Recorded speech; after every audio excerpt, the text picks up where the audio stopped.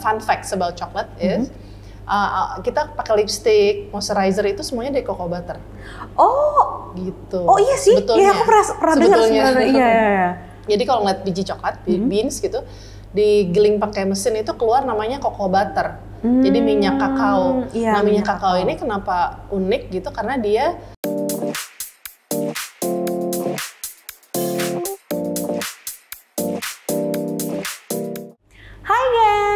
welcome back to Janji Curcol, tempat dimana kamu bisa curhat apa aja bareng aku dan narasumber kita nanti. Nah, hari ini, kita akan ngobrol sama apa, atau tentang apa, sama siapa, penasaran kan? Tapi sebelum itu semua, aku mau ngasih a little bit of sneak peek.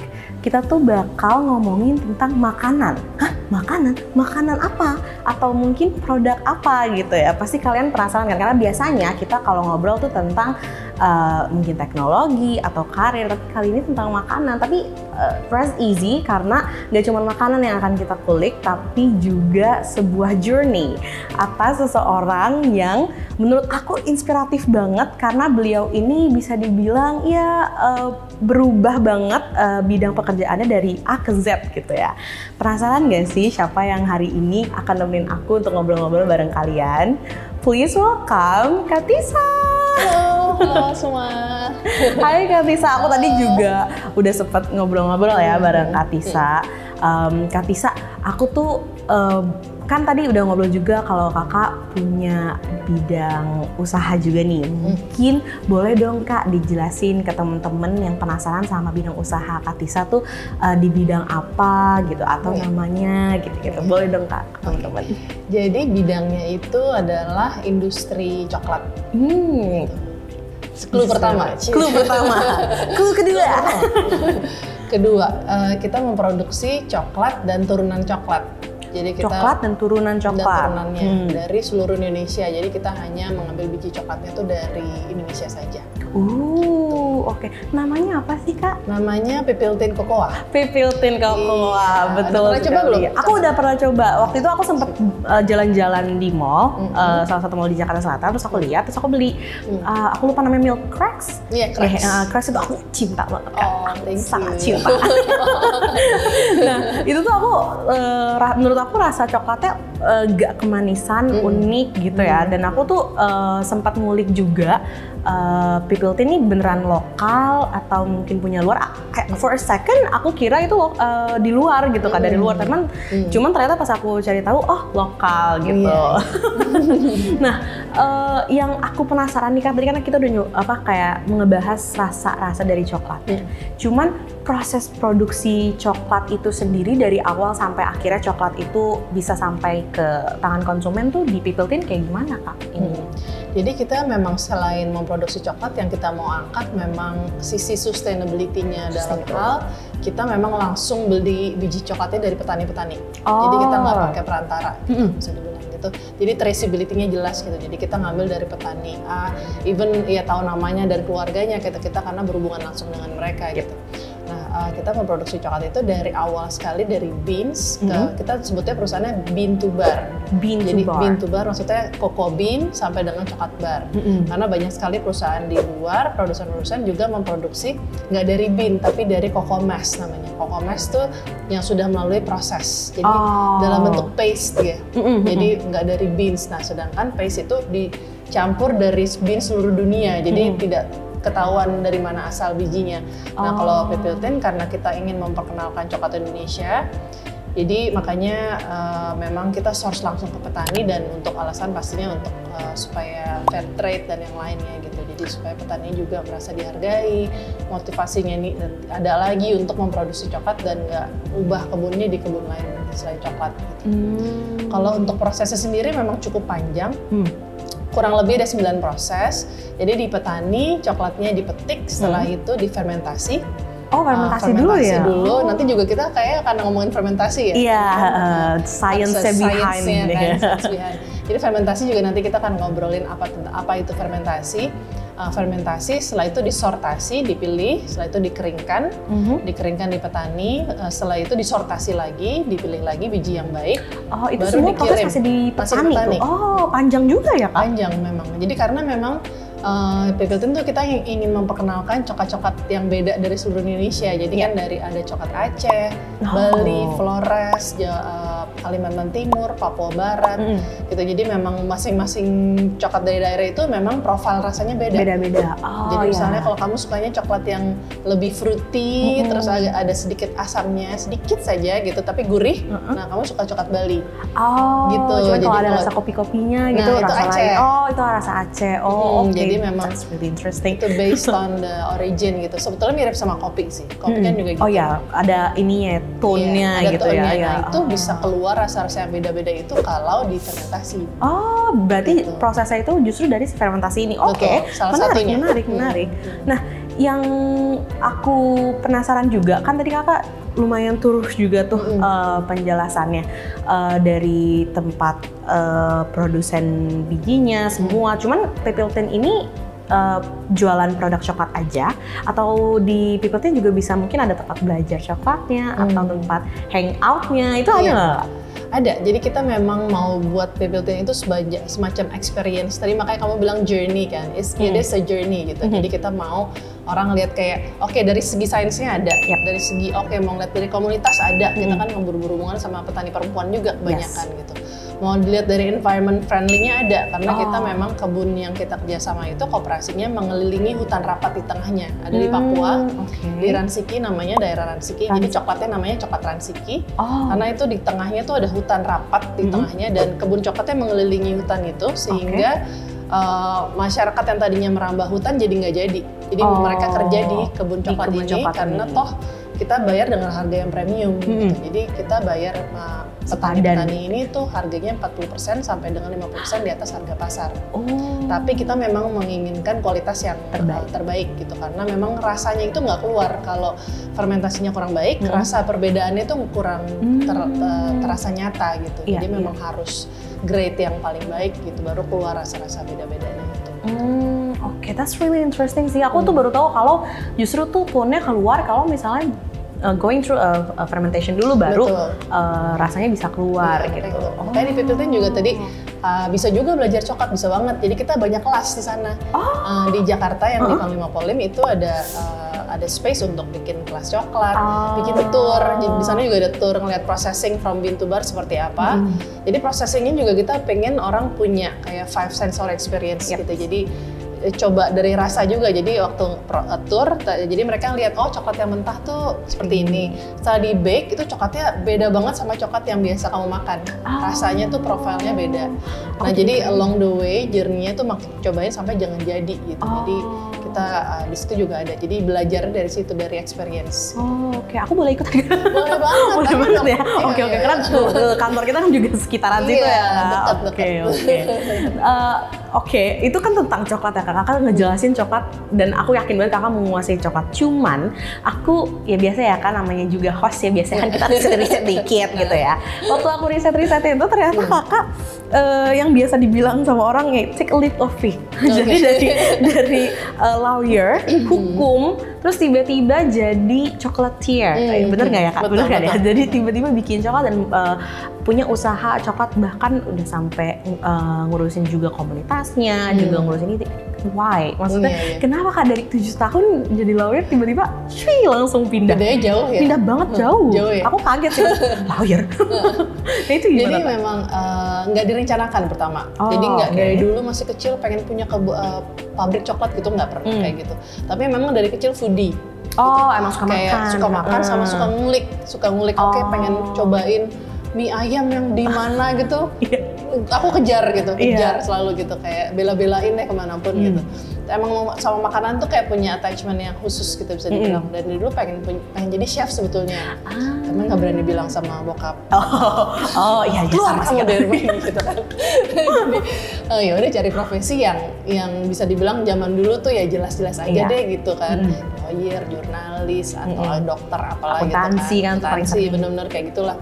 Jadi akhirnya ngambil hukum dulu, aku kuliah hukum karena aku ngelihat mama aku juga di bidang hukum, terus aku suka sama kayaknya lawyer seru ya kerjaannya gitu. Suka banyak, tutup cetek-ceteknya. Tapi nggak apa-apa kan mimpi. Oke, jadi udah jadi lawyer dulu. Tapi waktu jadi lawyer memang suka baking. Suka banget. Tetap itu pelarian aku sih sebetulnya. Kayak jam kerjanya panjang, cukup panjang. Jadi weekend tuh kayak pengennya di rumah aja kan udah capek kan. Terus baking, karena baking tuh serunya sainsnya itu kan, sains behind-nya. Oh ternyata kalau tambah ingredients ini reaksinya di seperti ini ya.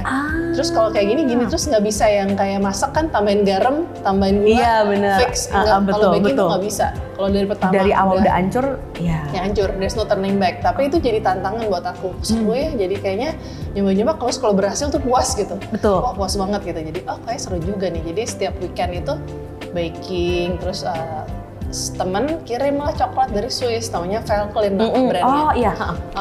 Coklat premium gitu, kayak aku nggak pernah dengar dan nggak pernah nyoba sebelumnya gitu kan. Iya.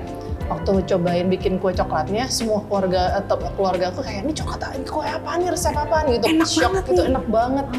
Dia bilang coklatnya yang beda, itu coklat dari Swiss, coklat premium gitu kan. Terus mau beli lagi kan, mahal banget waktu itu, harganya berapa ya? Aku lupa deh berapa ratus ribu per kilo. Ke konversi ya ininya harganya. Iya, terus mahal banget. Terus lihat websitenya mereka kan, si Velklin ini pas ngeliat kok dapat Indonesia gitu. Ternyata salah satu source-nya itu dari East Java, dari Jember. Dan itu lah jadi kayak krem de la creme-nya mereka gitu, kayak top notch-nya collection mereka. Coklat dari Indonesia. Justru dari Indonesia. What? Gitu kan sebel gitu kayak harganya mahal, terus kita harus beli dari Swiss, padahal coklatnya istilahnya di kebun belakang kita gitu. Di Indonesia nggak ada ya coklat kayak gini premium gitu. Coklat. Iya, premium coklat yang mengangkat kedaerahan dan single origin-nya itu. Single origin itu maksudnya satu coklat berasal dari hanya satu daerah. Namanya single origin. Single origin itu artinya itu. Jadi nggak dicampur, beansnya kita bisa trace dari mana asalnya. Betul. Nah waktu itu belum ada di Indonesia single origin. Kenapa ya? Bingung kan? Kenapa ya? Padahal di Swiss sudah ada. Terus waktu aku S2 di Belanda juga toko-toko coklatnya udah ada. Bali coklat malah ditulis gitu, coklatnya biasanya dari Bali karena kualitasnya baik kan. Betul. Tapi di Indonesia sendiri nggak ada. Jadi waktu itu terus aku sama adikku Irfan Helmi, dia kebetulan udah di kopi duluan. Dia bilang sebelum ke kebun kopi pasti dia nemu kebun coklat. Kita coba yuk gitu. Berarti emang biasanya lumayan sandingan gitu ya, kebun kopi sama kebun. Tapi jadi beda altitude. Beda ketinggian, jadi biasanya kopi itu lebih tinggi gitu. Kalau yang Arabica kan dia tinggi gitu, jadi menuju ke kebun itu dia ketemu kebun coklat, kan seru juga. Terus akhirnya aku belajar ke Swiss, iya nih aku juga lihat certification itu. Dari sana malah overwhelmed, gila ini susah banget ya. Kayak nggak terlalu rocket science yang canggih gimana, cuma sangat delicate gitu loh. Prosesnya tuh kayak panjang dan kayaknya kayak ini mau udah capek duluan gitu ya. Gitu kayak ngeliatnya. Tapi kita mikir, oke, kalau kita nggak mulai sekarang, kita nunggu sampai kapan supaya orang mulai gitu. Kayak kita harus berani untuk create the market juga. Kalau kita percaya, nah akhirnya kita bikin bisnis plan kecil-kecilan. Karena kan bisnis pun harus ada simple bisnis plan aja, kira-kira visible nggak ya bisnis untuk dijalankan gitu. Waktu kita search lagi ternyata seru juga ya, banyak sekali hotel-hotel bintang 5 yang pakai coklat-coklat dari Swiss, dari Prancis, coklat-coklat premium ya, yang nggak ada di Indonesia gitu. Kenapa kita nggak bikin coklat Indonesia aja, tapi to cater that, jadi mereka nggak perlu impor, mereka bisa ambil coklat jatuhnya harganya premium juga yang kualitasnya baik dari Indonesia, harganya juga bisa lebih efisien gitu. Dan orang Indonesia jadi tahu di Indonesia keren loh coklatnya gitu. Enak loh sebenarnya, emang dari kita loh gitu. Kita kan gila impor ya, maksudnya Afghan gitu kan, wajar gitu kan. Karena kan nggak ada produk lokal waktu itu, jadi kita supaya orang lebih menghargai produk-produk Indonesia itu sayang gimana caranya, ya udah akhirnya kita beraniin untuk buat Pipiltin. I see. Tuh, oke. Berarti, itu jauh banget sih Kak. Aku bener-bener setiap ngelihat cerita Kak Tisa di internet gitu ya.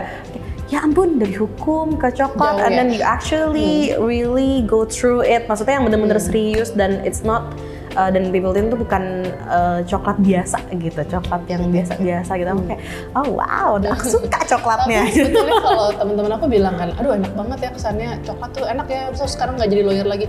Enggak sih, menurut aku kerjaan apapun itu ya pasti ada susahnya. Pasti ada susahnya, pasti ada senangnya gitu. Dulu pun jadi lawyer aku nggak ngerasa tersiksa atau gimana, nggak happy gitu, enggak. I was happy gitu. Cuma memang ya path-nya aja kebetulan nyambung ke coklat gitu ya. Jadi kayak tapi serunya karena dari hati mungkin ya. Kalau coklat itu karena aku foodie balik lagi.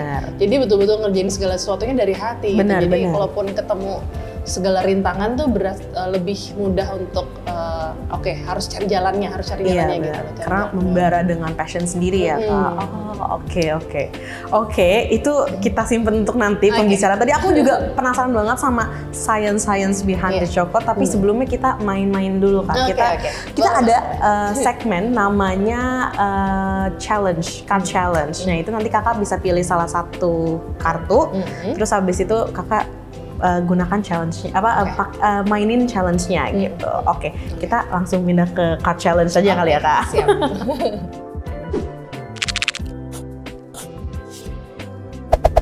Oke, di tangan aku udah ada card challenge buat Kak Tisa pilih untuk bermain sedikit. Oke, ini lumayan sebenarnya random questions aja sih Kak, so worry not. Boleh dipilih Kak. Yang ini. Oke, boleh dibaca Kak? Boleh. Terus ke kamera. Waduh, susah pertanyaannya. Jika aku benda apa aku? Kenapa? Iya, dan kenapa? Mungkin Kakak pernah nggak memfilosofikan diri Kakak, aku kayak kalau benda, aku benda ini nih gitu. Kalau aku benda mati ya berarti? Benda mati, benda hidup apapun boleh ya kata kita.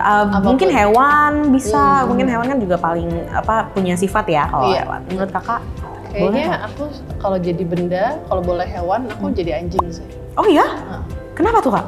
Karena dia memberi tanpa mengharapkan apapun. Very loyal ya Kak. Very loyal, no expectation whatsoever gitu, nggak ngarepin imbalan apapun, pure heart gitu, pure banget. Soalnya aku dari dulu piara anjing terus dari kecil. Gemes. Sampai sekarang masih Kak? Sampai sekarang malah enggak, dulu malah lebih kecil lebih sering. Oke. Kalau istilahnya kalau anak zaman sekarang tuh anjing tuh bare minimum juga nggak apa-apa gitu ya. Biasanya kan anak-anak sekarang gitu, low maintenance kok gitu. Oke, berarti Kakak a dog person juga, dan menurut Kakak juga Kakak paling mendekati sama seekor anjing gitu ya? Iya, langsung kebayangnya nggak tahu kenapa anjing. Anjing yang mana nih Kak? Labrador kah atau retriever? Dulu kan beda-beda tuh. Dari Labrador pernah, Doberman pernah, anjing-anjing yang besar-besar sih ya. Anjing yang besar-besar Kakak lebih suka gitu. Terus loyal banget gitu loh, kayak kalau pulang ke rumah tuh dia yang nyambut, tanpa apapun nyambut, tanpa itu kan. Beda banget sama kucing ya Kak. Soalnya aku pecinta kucing juga, tapi aku pecinta anjing juga sih. Nah lucunya tapi kalau kucing jadi panjang nih ngomongin. Gak apa-apa Kak. Tapi aku pikir aku dog person kan, karena dari kecil tuh selalu piara anjing kan. Terus anakku pengen kucing, hari kita adopt kucing, sayang banget ternyata, karena kucing itu beda, queen gitu kan, iya betul, of the universe, gitu. She's the god gitu kan, iya benar. Tapi kalau anjing tuh memang lebih, tapi beda-beda gitu, beda-beda. Tapi aku juga ternyata bukan dog person, kayak kucing juga suka. Anabul aja, anabul aja, anabul lover, iya. Oke, that's a really fun fact about Kak Tisa. Oke, Kak. Kita udah mainin card challenge, sekarang kita langsung ngobrol-ngobrol lebih jauh lagi kali ya Kak, ke segmen selanjutnya. Yaudah kita ngomongin science behind the chocolate.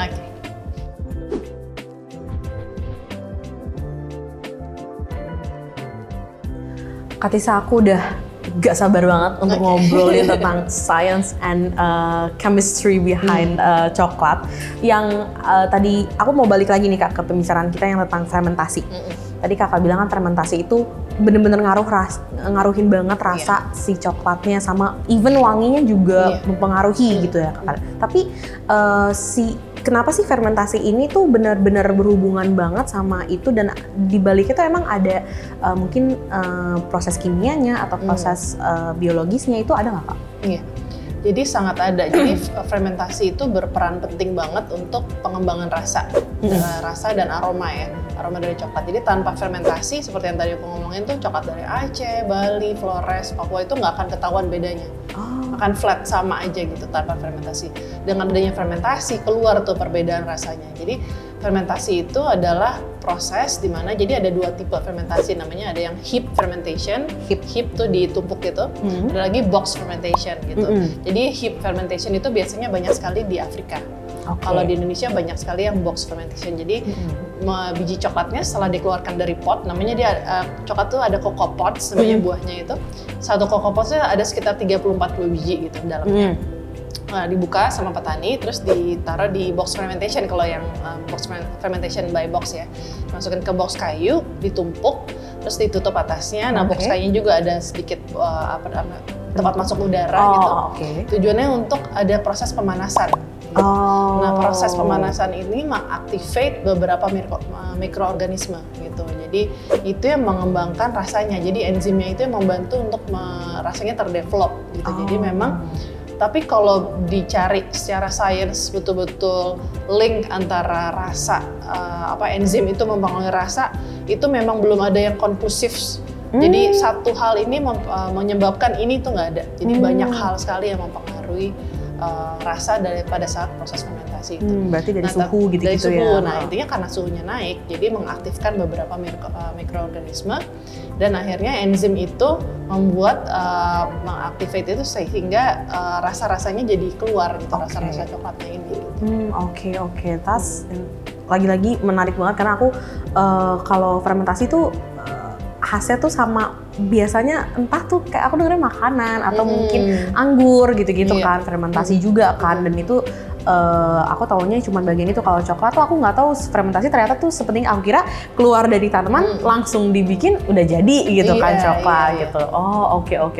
Kak, ini mungkin teman-teman yang suka bikin kue familiar juga sama kata-kata ini, yaitu tempering. Aku sering banget tuh ngeliat di Twitter biasa, iya temperingnya kurang atau temperingnya nggak bagus dan sebagainya gitu. Nah, dan aku dengar di coklat itu juga tempering itu penting dalam pembuatan coklat gitu kan. Nah, kalau selama pembuatan coklat di Peopleton itu perubahan suhu atau teknik temperingnya tuh mempengaruhi si kristalisasi coklatnya gitu nggak sih kan? Jadi mungkin kalau dari si fermentasi ke tempering mungkin aku jelasin singkat dulu ya prosesnya itu seperti apa. Jadi dari fermentasi, setelah itu dikeringkan kan tadi, setelah itu baru dikirim ke Peopleton dalam bentuk biji.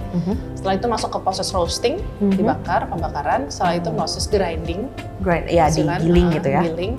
Setelah itu conching, setelah itu baru tempering. Setelah tempering baru nanti dicetak gitu. Nah, tempering itu proses-proses yang udah hampir mau selesai nih sebetulnya. Jadi tujuannya adalah untuk, jadi coklatnya waktu saat tempering ini udah meleleh dan udah dalam bentuk liquid. Gitu. Jadi, nah di dalam coklat itu yang menarik di fun facts about chocolate is kita pakai lipstick, moisturizer itu semuanya dari cocoa butter. Gitu. Iya sih. Iya, aku pernah dengar sebenarnya. Iya. Jadi kalau ngeliat biji coklat, beans gitu, digiling pakai mesin itu keluar namanya cocoa butter. Jadi minyak kakao. Nah, minyak kakao ini kenapa unik gitu? Karena dia di suhu ruangan dia solid, tapi kalau kena suhu tubuh manusia dia meleleh. Nah, nggak semua mentega kayak gitu, nggak semua butter seperti itu gitu. Jadi kalau coconut oil beda lagi, kalau oil yang lain beda lagi. Jadi namanya titik lelehnya tuh beda. Nah, uniknya titik lelehnya coklat itu sangat mendekati suhu tubuh kita. Jadi as if coklat itu memang dibuat untuk manusia makan, kenikmatan yang bisa dinikmati oleh manusia gitu. Betul. Karena dia masuk mulut kita nggak usah kunyah, meleleh. Tapi kalau coklat asli, misalnya ada coklat juga yang dicampur sama minyak sayur, itu namanya coklat compound. Gitu. Aku pun masih makan, cuman aku sekarang paham, itu namanya coklat compound, ini coklat couverture, kalau yang asli namanya couverture. Nah, couverture ini kenapa fermentasi tempering jadi relevan gitu. Kalau non couverture yang compound tadi nggak relevan. Jadi kita memang kalau proses-proses yang fermentasi, tempering gitu-gitu harus perfect banget karena nanti mouthfeel-nya beda. Itu rasa di mulut beda. Jadi kalau ngomongin tempering memang di coklat itu tujuannya untuk menstabilkan fat crystals di dalam si cocoa butter ini. Karena dia punya kayaknya punya keunikan. Jadi dia ada beberapa fat yang harus distabilkan gitu supaya waktu masuk mulut, tujuannya apa? Supaya pas masuk mulut itu meleleh dengan sempurna. Jadi kalau temperingnya nggak bagus, temperingnya kurang baik itu nanti di coklatnya bisa kelihatan ada streaks putih. Pertama itu namanya fat bloom. Jadi lemaknya terpisah dari suka lihat kan ya. Nah, itu berarti fat bloom itu. Dia temperingnya kurang baik biasanya. Kedua yaitu rasanya nggak akan pleasing gitu. Jadi di mulut kurang meleleh dengan sempurna, itu tempering juga kurang baik. Jadi kita cari tempering itu untuk supaya menstabilkan fat crystals itu supaya nanti masuk mulut kita mouth feel-nya tuh enak. Dan kalau misalnya di suhu seperti ini nih, suhu ruangan yang nggak kena sinar matahari gitu ya, tetap coklat yang ditempering dengan baik kalau dipotek tuh kedengeran suara tek gitu. Itu namanya snap sound. Nah, ada snap sound kalau temperingnya juga baik. Gitu. Oh gitu, berarti seberpengaruh itu ya, berarti banyak alat-alat yang udah gitu suhunya beda. Betul, jadi tempering untuk dark coklat beda, untuk milk coklat beda. Oh, even untuk kayak gitu sampai sejauh itu juga beda? Even kalau kita dari setiap origin beda-beda. Jadi kita coba. Jadi bisa dicoba, jadi misalnya tempering bagus apa enggak dilihat, jadi kita taruh coklatnya di sendok, terus kita diamkan di suhu ruangan gitu. Nanti kelihatan yang baik itu dia nggak akan ada streaks putih dan glossy, nah itu berarti temperingnya baik. Oh berarti kalau untuk coklat dari Bali temperingnya seperti ini, suhu seperti ini yang pas gitu. Tapi roughly kalau dark coklat itu 30 derajat Celcius, 30 sampai 31, kalau milk coklat 29 sampai 30 derajat Celcius, kalau tipis-tipis ya white tuh 28-an gitu. Jadi beda-beda working temperature-nya untuk temperingnya. Nanti kalau tertarik mainlah ke Pipiltin. Fix, nanti aku main Kak. Berarti ini unik juga, berarti coklat tuh ternyata butuh risetnya sendiri juga, nggak cuman di dalam lab doang, tapi di dalam dapur kita juga riset-riset sama ya suhu, main-main sama bahan-bahan. Dan betul-betul aku ngerasa makin banyak kita tahu tentang sesuatu, makin banyak kita nggak tahu tentang real. That's jadi jangan ngerasa kalau udah 5 tahun di bidang ini udah paling tahu, jangan pernah, karena nggak akan jadi maju-maju. Gitu. Kita selalu penasaran, selalu punya humility gitu kan, dan hati, karena itu yang bikin kita pengen belajar terus. Betul, setuju Kak. Ya, aku juga akhir-akhir ini baru ketemu the more you know something, the more you don't know anything. Exactly. Itu bener banget. Oke. Nah, tadi Kakak juga ngomongin tempering, tapi sebelum tempering, Kakak tadi ngomongin conching. Ya, bener kan ya aku pronounce-nya? Conching. Bagus deh cara kamu ngomong gimana? Conching. Sangat ini ya, udah cocok lah ya jadi orang Swiss ya Kak. Nah di proses itu tuh aku paling jarang denger kata-kata itu karena emang itu khusus di coklat aja ya. Nah itu kalau itu prosesnya kayak apa dan itu seberpengaruh apa gitu Kak sama coklat? Jadi kalau conching itu proses setelah grinding tadi kan, setelah di roasting, di winnowing, dipecahkan antara kulit sama bijinya, di grinding, setelah itu conching. Jadi conching itu suatu proses sebetulnya dia balik lagi nggak yang canggih rocket science, dia cuma agitasi. Jadi dalam mesin itu cuma ada pengadukan, agitasi sama pemanasan dan pendinginan gitu. Tujuannya adalah diaduk itu coklatnya untuk, jadi coklatnya kan difermentasi tadi ya. Conching itu fermentasi itu menghasilkan rasa yang asam. Nah kita mau buang acidic acid, asam yang kurang baik dari coklat itu, dari hasil fermentasi tadi. Kita juga cuma mau keep rasa asam yang asli dari beansnya saja, gitu. Jadi conching ini untuk menguapkan itu, menguapkan asam itu, dan untuk juga setiap partikel di dalam coklat itu terselimuti sama cocoa butter. Cocoa butter yang tadi yang punya sensasi meleleh itu. Jadi dengan semua partikel yang diselimuti sama cocoa butter, jadi mouthfeel-nya juga enak gitu.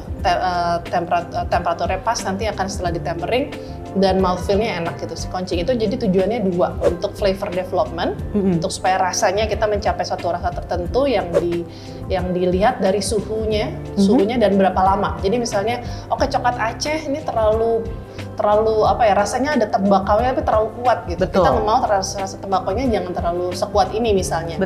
Nah akhirnya kita conchingnya suhunya sekian dalam waktu sekian. Jadi setiap beans yang beda-beda asal itu mempunyai resepi yang berbeda untuk conching. Jadi berasa itu. Yang kedua dari rasa, yang pertama, kedua dari teksturnya tadi. Gitu. Jadi semuanya kita memastikan semua partikelnya itu terselimuti sama cocoa butter sehingga mouthfeel-nya enak. Gitu. Aku jadi belajar. Aku jadi ingin pergi ke Swiss untuk magister. Kesini dulu ya. Coklatir. Oh iya betul. Ke Pipiltin dulu. Iya benar. Nah, tadi kan kita udah ngomongin coklat. Aku juga personally udah pernah nyobain coklat Pipiltin dan itu enak banget menurutku, nggak kemanisan. Tapi kan coklat di pandangan orang ya Kak, coklat-coklat itu identik banget sama gula. Betul, ya kan? betul. Dan orang-orang tuh, my mom selalu kayak, udahlah nggak usah banyak makan coklat, nanti kamu gampang diabetes gitu-gitu. Itu paling sering banget aku dengar. Kalau misalnya di Pipiltin ini itu ada apa ya Kak? Ada mungkin pengurangan gula atau mungkin substitute gula sehingga bisa nggak sih dikonsumsi sama orang-orang yang mungkin ada riwayat diabetes atau mungkin future-nya bisa dikena diabetes mungkin? Memang kalau dari kecil kenapa orang ngomong kalau jangan banyak coklat nanti kena diabetes, karena memang coklat yang kita kenal, aku kenal dari kecil karena aku lebih tua dari kamu ya. Iya betul. Yang aku kenal dari kecil itu tapi nggak kelihatan kok Kak. Manis. Tapi nggak kelihatan kok Kak. Oh, gitu ya. Aku sih awalnya pas tadi Kakak sampai kata, ih seumuran gitu. Nggak mungkin. Nggak apa-apa kayak kan. Thank you. Thank you. Jangan ketahuan Kak. Jadi dari kecil kan emang kita kenalnya coklat yang manis kan. Iya betul. Yang manis, jadi kita jarang banget terekspos sama coklat-coklat yang real coklat dari kecil. Kalau aku ya gitu. Maka coklat-coklatnya dulu apa namanya coklat ayam lah, coklat adalah beberapa coklat yang udah di pasaran memang rasanya tuh intensnya di manis. Sehingga nggak usah ngomongin diabetes, teman-teman aku yang alergi itu mereka bilang kok gue makan coklat Pipiltin nggak apa-apa ya Tis, tapi makan ada coklat yang ini tuh alergi. Ternyata bukan coklatnya, ternyata susunya. Karena kan coklat yang manis itu kebanyakan udah dicampur sama susu kan. Betul. Jadi pencampuran susu itu susunya yang bikin alergi. Gulanya yang bikin diabetes, bukan coklatnya. Kalau konteksnya diabetes ya gitu. Jadi memang gulanya itu. Jadi kalau misalnya sekarang memang Pipiltin kita memang sebisanya mungkin mengurangi gula.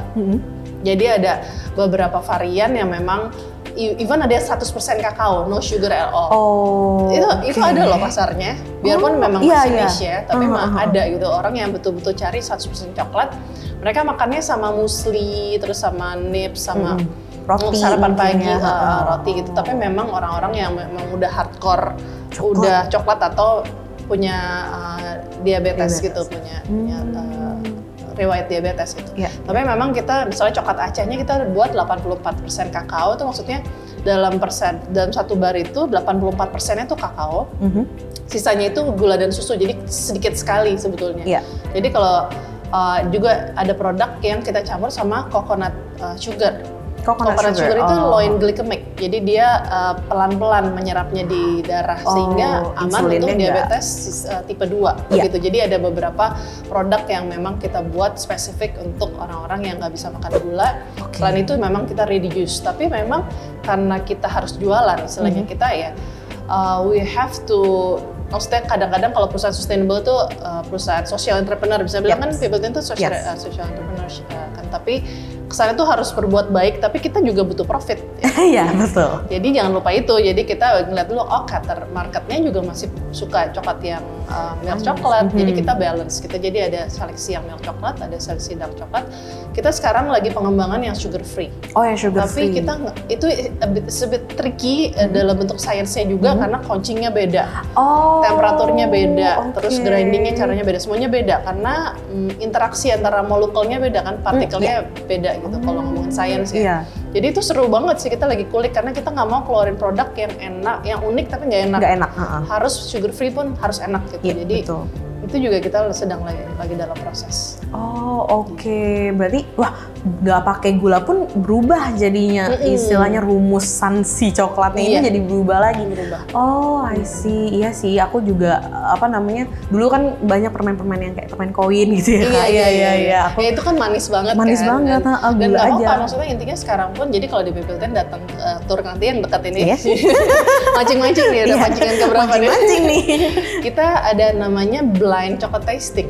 Blind chocolate Jadi tasting. blind chocolate tasting kita ada beberapa coklat, kita nggak bilang dari mana. Nanti coba, ini coklatnya yang kayak cover coba compound ya, kira-kira nih yang asli apa yang dicampur sama minyak sayur itu. Dari 100% kita coba, 90% paham pasti. Yang mana yang asli, yang mana yang kerasa lah ya di mulut tuh. Tapi dengan that said, kita nggak diskreditkan produsen compound pastinya. Marketnya beda gitu kan. Yang penting yang paling penting tuh kita harus tahu apa yang kita makan. Gitu. Betul.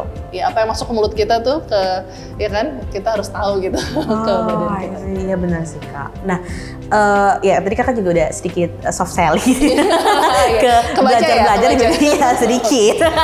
Apa namanya? Kan aku mungkin kayak aku nih, aku jadi kepo banget sama pembuatan coklat gitu. Mungkin selain Kakak boleh dong elaborate di People Ten tuh belajarnya kayak gimana, atau mungkin selain di People Ten ada nggak sih Kak tips and trick untuk teman-teman yang emang lagi mau belajar tentang membuat coklat gitu? Mungkin awalnya bisa dimulai dari mana dulu gitu? Iya. Awalnya balik lagi sih, kalau aku tergantung banget aspirasi kita sih. Yes. Jadi kita mau bisnis coklat, maksudnya belajar coklat tuh untuk apa? For fun atau for business gitu. Itu kan beda banget. Kalau for fun ya aspirasinya apa gitu, sukanya memang di coklatnya atau coklat, maka tadi coklatier. Coklatier itu sebetulnya, aku tuh sebetulnya lebih ke coklat maker. Coklat maker. Jadi kalau coklat maker itu yang membuat coklat dari bean ke bar gitu, membuat coklat. Kalau coklatier membuat dari coklat bar ke hidangan, coklat bonbon, bonbon pralin, yes. cake, cake coklat itu namanya coklatier. Jadi sebetulnya kalau People Ten sih both ya, kita punya divisi coklat maker, kita punya divisi coklatier. Jadi kalau mau terjun ke bidang coklat, mesti tanya diri sendiri dulu aspirasinya apa gitu. Betul. Supaya nanti experience-nya jadi full gitu. Betul. Loh. Oke, sukanya kayaknya pengen bikin pabrik coklat deh, misalnya kayak People Ten Single Origin. Belajarnya dari banyak baca dulu sih, riset dulu, terus ke sesimpel nyobain macam-macam coklat.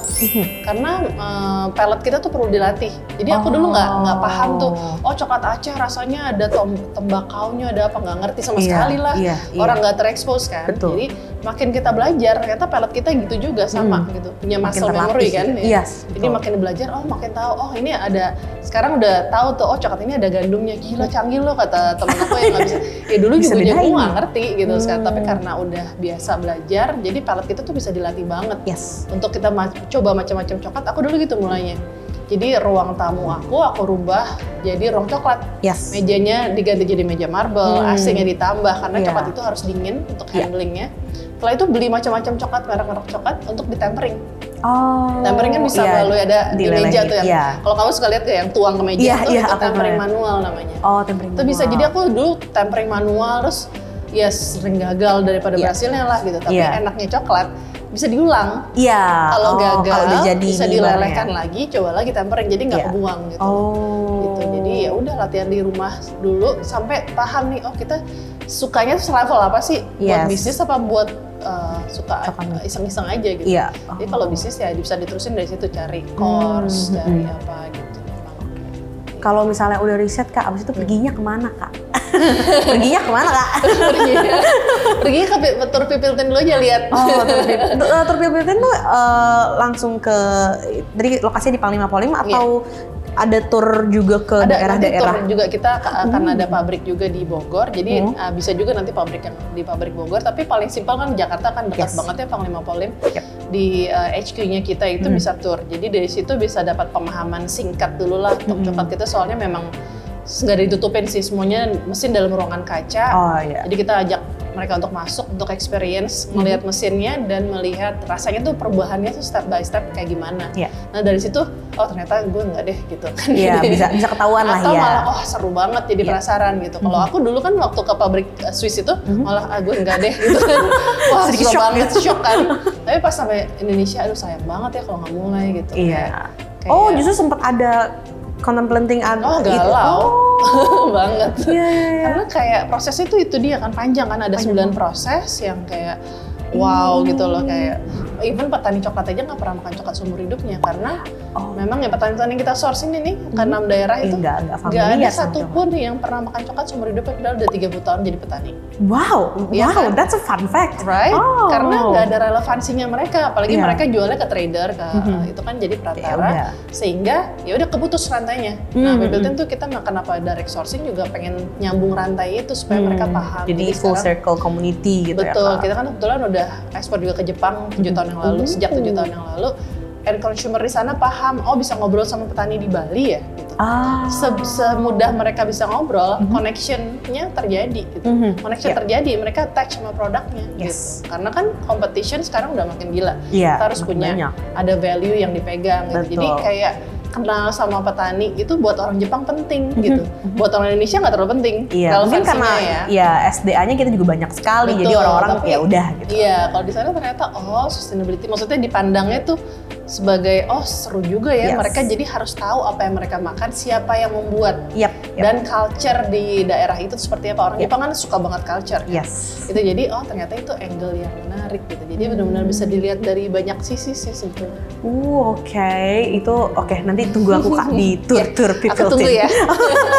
Nah, aku terima kasih banyak banget sama Kak Tisa udah ngejelasin tadi conching, terus habis itu tempering, terus tadi ada fermentasi juga. Ternyata coklat itu banyak banget aspeknya dari kimia dan juga even ke petani-petani lokal. Tadi aku banyak banget menemukan fakta-fakta baru tentang sumber daya alam kita. Mungkin aku sebagai penutup juga ya Kak Tisa, mungkin boleh dong Kak Tisa kasih pesan-pesan atau mungkin tips and trick untuk kan kakak juga sama-sama perempuan gitu ya, ke perempuan muda di luar sana yang emang lagi ngembangin diri mereka dan karir mereka, atau mungkin mereka yang ingin building a business, siapa tahu mungkin ada yang mendalami coklat gitu ya, bisa boleh banget Kak kasih tips ke teman-temannya. Oke.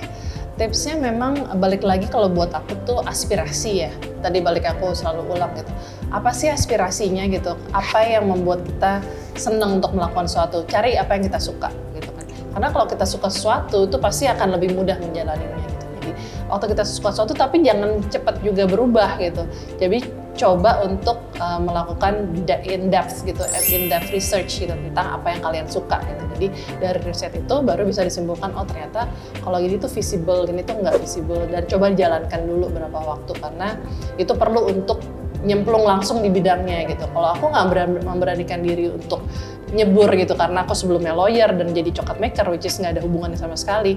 Cuma memang karena ada drive itu dan ada kepercayaan. Nah, kepercayaan itu dibentuk dari apa? Dari bisnis plan. Jadi buatlah sesimpel mungkin bisnis plan, nggak apa-apa gitu kan, SWOT-nya apa, segala kesannya kayak klise banget, it's not klise gitu. Karena once kita nulis, kita percaya gitu dan kita berusaha untuk menjalaninya. Jadi bikin semacam bisnis plan yang visi misinya tuh tajam gitu, sehingga tajam tuh maksudnya gini, waktu dulu Pipiltin sempat pandemi gitu ya, kita juga nggak boleh ngunci, oke Pipiltin jual coklat harus jualan coklat bar, nggak gitu. Yang penting untuk Pipiltin petani ini diberdayakan gitu kan, dan coklatnya enak. Jadi ya udah kita akhirnya develop produk jadi soft ice cream gitu. Jadi bukan berarti punya soft ice cream dark coklat terus jadi lari dari Pipiltin, karena visi misi kita masih sama gitu. Jadi punya business plan yang visi misinya jelas itu dan tajam itu sangat penting supaya kalian nanti menjalaninya juga lebih mudah gitu, lebih terfokus gitu. Gitu sih. Oke, thank you so much Kak Tisa tipsnya ke teman-teman. Di Pipiltin ada Instagram kan ya? Mungkin ada. Kasih tahu ke teman-teman siapa tahu yang mau, apa kan namanya username-nya? Ada pertanyaan, ada apa? @pipiltinkokoa. @pipiltinkokoa. Kalau ke aku juga boleh langsung @tisaaunila. Tisaaunila. Di follow ya teman-teman ya. Oke. Pernah penasaran tentang conching gitu kan? Iya benar, conching, tempering, fermentation gitu. Kita kan ada sedikit Gen Z ya. Oke, thank you so much Kak Tisa udah ngobrol bareng aku sama teman-teman juga. Seru banget ngobrol sama kamu, nggak terasa. Iya dong. Oh iya, aku di sini influenza. Bukan influencer, influenza. Oke, thank you so much Kak Tisa. Please main-main lagi bareng kita dan semoga perbincangan kita hari ini bisa jadi pelajaran yang berarti dan berharga juga buat teman-teman semua yang nonton. Oke, and also aku mau ngingetin nih ke teman-teman semua untuk follow media sosial kita di generationgirl.id di Instagram, and also jangan lupa untuk like, share, and subscribe our YouTube channel. Kalau misalnya kamu suka, kalau nggak suka juga nggak apa-apa, di-share aja sih nggak apa-apa. Oke, dan aku juga mau ngingetin ke teman-teman untuk isi kolom komentar kita kalau misalnya kalian pengen mempelajari sesuatu hal baru lagi gitu. Jadi kita bisa ada referensi-referensi gemas gitu. Oke. Thank you so much for watching and see you on another episode of Janji Curcol. Bye-bye!